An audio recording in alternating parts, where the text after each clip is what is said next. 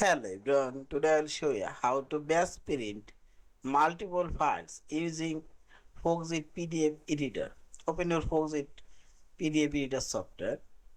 Now select this file option left side top and this is best print option. Click here and this is add files option. Select add files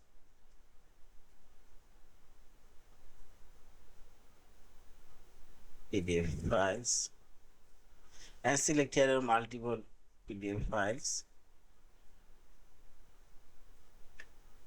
Now select open and see this total 4 files open here, and you can customize, move up and move down.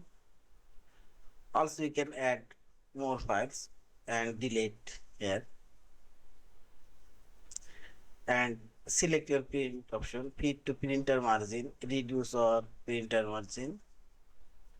You can print as grayscale, print as image, you can add delete marks, and this properties option and this advanced option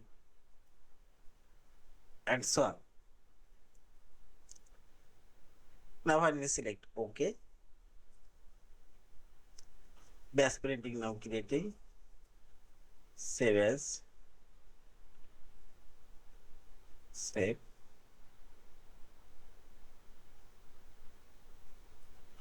Type name.